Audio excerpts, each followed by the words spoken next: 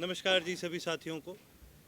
आज इस press conference का एक बड़ा कारण ये है कि INLD की जो स्टूडेंट ऑर्गेनाइजेशन है, आज हमने अपने DAV के पैनल का गठन भी किया है और आने वाले छात्र संघ के जो चुनाव होने जा रहे हैं उसके लिए हमने अपने सभी कैंडिडेट्स को आज अनाउंस करने का काम करा है। मैं एक बार आप सभी साथियों को भी बताना चाहूँगा, हमारे DAV के अंदर जो पार्टी प्रेसिडेंट चुने गए हैं उनका नाम तरुण फोगाट जी हैं। साथ ही साथ हमारे चेयरमैन चुने गए हैं वो पुनीत पूनिया जी हैं। और साथ ही में आज जो हमारा पैनल अनाउंस हुआ है प्रेसिडेंट की पोस्ट के लिए, मेरे भाई हिमांशु धीमन का नाम अनाउंस किया गया है, हम उनको बहुत बधाई देते हैं। वाइस प्रेसिडेंट की पोस्ट के लिए कुशल नैन जी का नाम अनाउंस किया गया है, हम उनको भी बधाई देते हैं। जनरल सेक्रेटरी के लिए आलिया बाबरा जी का नाम अनाउंस किया है, हम उनको भी बधाई देने का काम करते हैं। जॉइंट सेक्रेटरी के लिए जनरल और जॉइंट सेक्रेटरी के लिए अनीशा फोगाट जी का नाम अनाउंस किया है, हम उनको भी बधाई देने का काम करते हैं। मैं सभी पत्रकार साथियों को ये बताना चाहूँगा कि आज से 5 साल पहले ISO का गठन हुआ था। उस समय में कई पत्रकार साथियों ने ये सवाल मेरे से किया था कि जी आने वाले चुनाव में आपका क्या फ़ैसला होगा, स्टूडेंट्स के चुनाव में, छात्र संघ के चुनाव में क्या फ़ैसला होगा। तो हमने खुल करके बात रखी थी कि भाई ये जो चुनाव लड़ना है नहीं लड़ना, ये पैनल जिस तरह से बनेगा और संगठन का गठन जिस तरह से होगा, ये एक ऑर्गेनिक तरीके से हम करने का काम करेंगे जिसमें हमारे छात्र संघ के जो साथी हैं ये उनका खुद का फैसला होगा। बड़ी खुशी की बात है कि आज हमारे जितने भी साथी आज यहाँ पहुँचे हैं, जितने भी छात्र संघ के साथी आज यहाँ पहुँचे हैं, ये इनका खुद का फैसला है चुनाव लड़ने का। और साथ ही साथ ये पूरा दावा भी करके हम आज खुल करके कह सकते हैं कि आने वाले छात्र संघ के चुनाव में DAV के अंदर हम पूर्ण रूप से चारों के चारों जो सीट्स हैं वो ISO जीतने का काम कर रही है। इसके साथ साथ ही पंजाब यूनिवर्सिटी स्टूडेंट्स यूनियन के भी चुनाव हो रहे हैं, उसके लिए भी हमने पैनल के अंदर अभी तक एक नाम दिया है। जॉइंट सेक्रेटरी के लिए हमारे भाई तेजस दलाल जी हैं, वो चुनाव लड़ने जा रहे हैं। और आगे भी जैसे जैसे और पैनलिस्ट का नाम होगा उनको हम आगे डिक्लेयर करने का काम करेंगे। हमारे साथ जितने भी साथी बैठे हैं ये चंडीगढ़ के हमारे ISO संगठन के सभी साथी हैं और इन्होंने ही आगे चुनाव लड़ना है। आज केवल मैं, ताकि इनकी आपसे भी एक बार मुलाकात हो सके, आपके माध्यम से आज इनको एक प्लेटफॉर्म मिल सके, स्टूडेंट्स को एक प्लेटफॉर्म मिल सके, इसलिए प्रेस कॉन्फ्रेंस रखी गई। हरियाणा में भी लंबे समय से छात्र संघ चुनाव जो है वो नहीं हो रहे, सरकार की तरफ से जो है चुनाव जो है वो नहीं हो पा रहा, तो इसको लेकर भी कोई आप सरकार की कोई इसको लेकर जी हमारा एक बहुत क्लियर स्टैंड रहा है। ISO ने जब हमारी फॉर्मेशन हुई थी तब से लेके अब तक हर साल हमने गवर्नर साहब को ज्ञापन देने का भी काम करा है और हमने निरंतर इस मांग को रखने का काम करा है कि भी हरियाणा के अंदर छात्र संघ के चुनाव डायरेक्टली होने चाहिए, ना कि इनडायरेक्टली होने चाहिए। ये हमेशा से हमारी मांग रही है। परंतु लेकिन हमारे प्रदेश के अंदर जब ये चुनाव तब तक नहीं हो सकते जब तक प्रदेश की सरकार इस चीज़ के लिए राज़ी ना हो। मौजूदा जो BJP की सरकार है एक ऐसी सरकार है जिसने हमेशा आम लोगों की आम बातों को आगे बढ़ाने से ज़्यादा इन्होंने अपनी संगठन की बातों को आगे बढ़ाने का काम करा।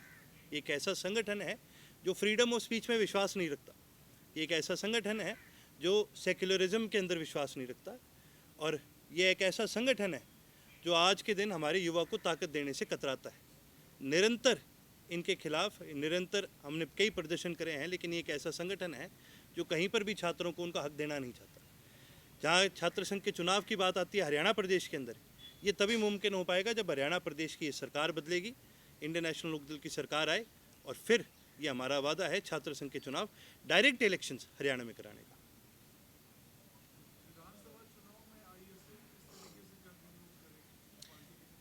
सर, हर पार्टी का जो कैडर है उसकी जो नींव होती है वो उस पार्टी का युवा होता है।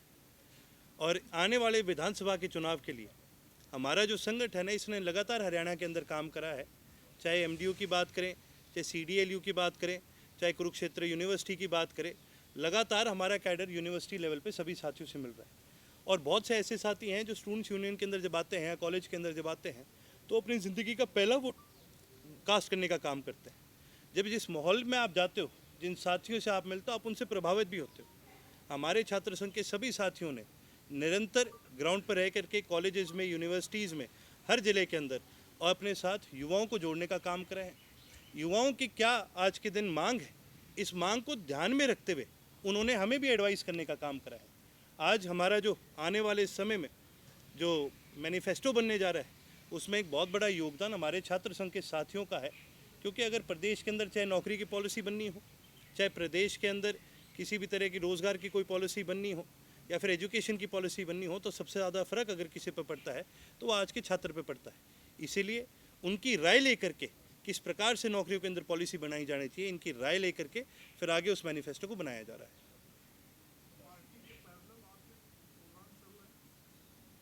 पैरेलल तो नहीं कह सकते जी, हमारे साथ ही होते हैं। सर मैं जेजेपी को लेकर एक सवाल लेना चाहूँगा। हाँ पूछिए। लगातार जेजेपी के विधायक जो है वो छोड़ के जा रहे हैं। आज भी जोगीराम सिहाग और रामनिवास मुद्राखेड़ा ने पार्टी को छोड़ दिया।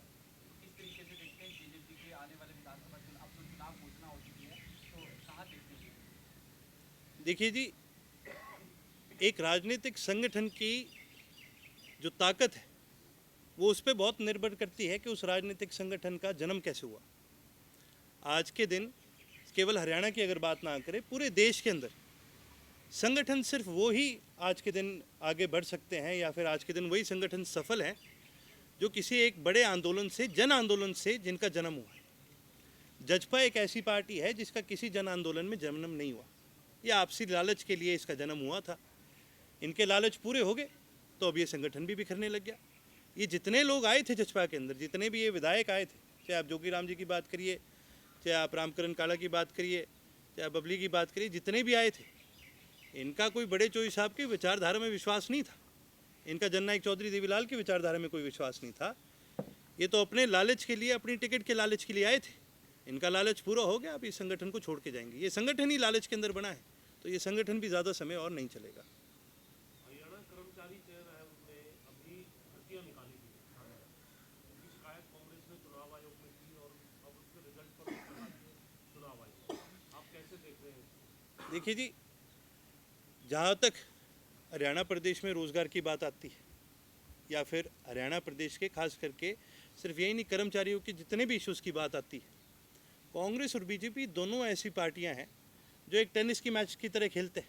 वो कभी बॉल इनके इस एरिया में आ गई, कभी इनके एरिया में आ गई, लेकिन कहीं पर भी आपको आज तक हरियाणा के इतिहास में इस पर कोई ठोस कार्रवाई नहीं मिलेगी।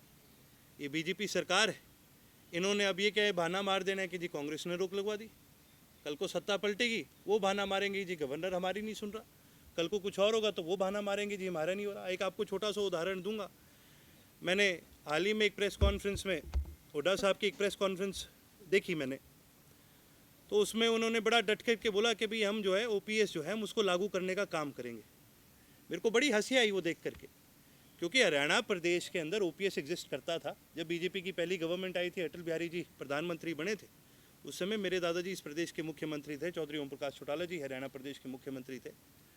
और सेंटर से हमारे ऊपर दबाव पड़ा था इंडियन नेशनल लोकदल पे कि आप भी इस ओपीएस को हटाकर नई पेंशन स्कीम को लागू करने का काम करें। चौधरी ओम प्रकाश चौटाला जी ने उस समय बड़ा खुल करके कह दिया था, ये हमारे प्रदेश के कर्मचारियों के हित में नहीं है, हम इसको लागू नहीं करेंगे। उसके बाद जब गवर्नमेंट चेंज आई और कांग्रेस की गवर्नमेंट बनी, तो इस पेंशन स्कीम को लेकर के सबसे पहला फैसला अगर किसी ने लिया तो वो भूपेंद्र सिंह हुड्डा ने ही लिया। उन्होंने ही नई पेंशन स्कीम को इस प्रदेश के अंदर लागू करने का काम करा, ओल्ड पेंशन स्कीम को हटाने का काम करा। जब उनसे पूछा गया भाई आपने ये क्यों करा, तो उन्होंने ये जवाब दिया कि भाई ये पार्टी की सेंट्रल कमेटी का आदेश है, हाई कमांड का आदेश है। तो मैं तो आपके माध्यम से फिर ये पूछना चाहूँगा कि कांग्रेस बात तो कई करती है, आज इस पर रोक लगाने की बात करिए, के लिए भर्तियाँ करने की भी बात करेंगे, लेकिन ये वादों पे तभी विश्वास किया जा सकता है जब इनके कोई सेंट्रल कमेटीज है, वरना इनके पास तो एक बहाना फिर आ जाएगा। कल को ये ओपीएस दोबारा लागू करने की बात करेंगे और इनके जो ऊपर बैठे हुए जो इनके बॉस है, जो इनकी हाई कमांड है, वो जब इनको मना कर देगी फिर ये क्या करेंगे। कहीं पर भी कोई भी प्रदेश के अंदर डिसीजन के लेने के लिए, चाहे वो भूपेंद्र सिंह हुड्डा हो, चाहे वो कांग्रेस का कोई भी आदमी हो, वो सक्षम नहीं है। चाहे कुमारी शैलजा जी हों, वो भी सक्षम नहीं है, क्योंकि इनके फैसले सेंट्रल लीडरशिप लेती है। स्टेट लीडरशिप का इनका कोई ना हाथ है, ना योगदान है, ना इनके पास वो ताकत है कि वो किसी के लिए कोई फैसला ले सके। आप तैयारी कर रहे हैं चुनाव की? विधानसभा का लगातार रानिया में आप प्रचार कर रहे हैं, चुनाव लड़ने की इच्छा, तैयारी किस तरह की है? देखिए जी, रानिया जो हल्का है, ये कोई आज से हमारा इधर आना जाना नहीं है। मेरे परदादा के समय से ये जो गांव है हमारे साथ जुड़े हुए हैं, हमारे रिश्ते नाते भी हैं, हम सुख दुख के साथी भी हैं। और निरंतर हमें हमारे परिवार को बहुत इज़्ज़त, मान सम्मान और आदर और सत्कार मिला है। तो चाहे मैं लड़ूँ ना लड़ूँ, मेरा हमेशा से रानिया के साथ एक बड़ा प्रेम रहा है। लेकिन अब की बार हमारे कार्यकर्ता साथियों ने ये मांग रखी कि जी आपको आना चाहिए। इस पे फैसला पार्टी के हाईकमान ने लेना है। एक कार्यकर्ता होने के नाते मेरी ये हैसियत बनती है, मेरे ये दायित्व बनता है कि जहाँ कहीं भी हमारी ड्यूटी लगाई जाए हम पूर्ण रूप से उसको निभाने का काम करेंगे। आज हमारा मकसद कोई एक एमएलए बनाना नहीं है। आज हमारा मकसद इस प्रदेश के अंदर दोबारा जननायक चौधरी देवीलाल की विचारधारा की सरकार को बनाने का है। सर उचाना के अंदर एक और सीट है उचाना, और वहाँ से अध्यक्ष डाला भी कह चुके हैं कि सीएम कैंडिडेट देंगे, तो ऐसे में कौन कैंडिडेट हो सकता है?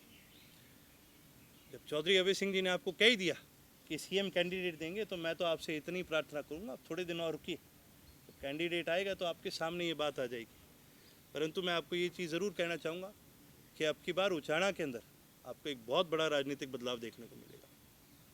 किस पार्टी से मुकाबला मानते हैं महबूबाबाद की, ये आज हमारे सामने है। देखिए जी, हमारा मुकाबला कभी भी किसी राजनीतिक संगठन के साथ नहीं रहा, क्योंकि हमारी लड़ाई हमेशा विचारधारा की लड़ाई रही है। हमारी लड़ाई हमेशा डेवलपमेंट की लड़ाई रही है। हमारी लड़ाई हमेशा किसानों और कमेरी की लड़ाई रही है। जब आप विचारधारा पे लड़ते हैं तो आपका कोई दुश्मन नहीं होता। हमारा कर्तव्य ये होता है कि हम इस विचारधारा को प्रदेश के जन जन तक ले जाने का काम करें और उस विचारधारा के तहत इस प्रदेश के अंदर पॉलिसीज़ बनाने का काम करें। उसके लिए निरंतर इंडियन नेशनल लोकदल जब से हमारा जन्म हुआ है तब से हम निरंतर काम करते आ रहे हैं। देखिए जी, विधानसभा की जहाँ टिकट्स की बात आती है, हमारे संगठन के अंदर सभी साथियों से राय विमर्श भी करी जा रही है और हमारे संगठन के साथी हैं बीएसपी, उनके साथ भी राय करी जा रही है। जैसे कि आप सभी को पता है, आम तौर पर ये चुनाव मिड अक्टूबर में होने थे। ये अब की बार हमें देखने को मिला और ये भी इस देश के अंदर आपको पहली बार देखने को मिलेगा। हरियाणा और महाराष्ट्र के चुनाव साथ हुआ करते थे। पहली बार जो हमारी कॉन्स्टिट्यूशनली जिस तरीके से चुनाव कराए जाने चाहिए उसका उल्लंघन हुआ है। इलेक्शन कमीशन को हरियाणा के और महाराष्ट्र के साथ चुनाव कराने चाहिए थे, लेकिन क्योंकि जैसे कि आप सभी जानते हैं, इलेक्शन कमीशन के अंदर जो चीफ इलेक्ट होते हैं, पहले उसके अंदर ऑपोजिशन का और उसके अंदर चीफ जस्टिस का एक बड़ा हाथ होता था। आज चीफ जस्टिस का उसके अंदर हाथ नहीं है। आज ये सरकार की मर्ज़ी से ये फैसले लिए जाते हैं। पहली बार हमने ऐसा उल्लंघन देखा है जहाँ पर एक प्रदेश के टाइम से पहले कराए जा रहे हैं और वहीं दूसरे प्रदेश के टाइम से लेट कराए जा रहे हैं, सिर्फ एक सेंट्रल पार्टी को बेनिफिट दिलाने के लिए। लेकिन मैं एक चीज़ ज़रूर कहूँगा, इसके ऊपर हमारे जितने सीनियर लीडर्स हैं वो सब चर्चा कर रहे हैं। जल्दी इसके ऊपर फैसला लिया जाएगा और जिस दिन कैंडिडेट्स अनाउंस होंगे तो आप सभी हमारे साथ ही बैठे हैं, आपके माध्यम से हम इसको अनाउंस करने का काम करेंगे। इनेलो का साथ सिर्फ बसपा के साथ रहेगा या और किसी पार्टी के साथ भी गठबंधन में जा सकते हैं? चौधरी अभय सिंह जी ने हमेशा से इस बात पर खुल करके बात कही है कि हमारा जो गठबंधन है वो लाइक माइंडेड लोगों के साथ है, जिनकी विचारधारा हमारे साथ मिलती है उन लोगों के साथ है। हमारी विचारधारा आज के दिन किसान संगठनों के साथ मिलती है, हमारी मजदूर संगठनों के साथ मिलती है, उनके साथ भी हमने चर्चा करी है। जैसे जैसे इसके अंदर चीज़ें आगे बढ़ेंगी, जैसे जैसे कि कोई फैसले लिए जाएंगे, उस हिसाब से हम आपको बताने का काम करेंगे। देखिए जी, विचारधारा उन्होंने तो पार्टी अभी तक पूरी तरह से सार्वजनिक नहीं करी, लेकिन जैसे कि मैंने कहा कि लाइक माइंडेड होना बहुत ज़रूरी है। ज़रूरी नहीं है कि हमारी उनसे मिले, ये ज़रूरी है कि उनकी हमारे से मिलनी चाहिए। तो जिनकी हमसे विचारधारा मिलती है हम उनके साथ मिलकर के काम करेंगे। स्टूडेंट इलेक्शन में पॉलिटिकल पार्टीज की इंटरफेरेंस को कैसे देखते हैं? देखिए जी, स्टूडेंट इलेक्शंस में पॉलिटिकल पार्टीज़ की इंटरफेरेंस एक बहुत बड़ा फ़ायदा भी है और एक बहुत बड़ा हिंड्रेंस भी है। फ़ायदा ये तब होता है जब आप अपने छात्रों को एक खुली छूट देते हैं और उनकी जो सोच है, उनके जो विचार हैं, उसको आप अपने संगठन के अंदर ऑब्जॉर्व करते हैं।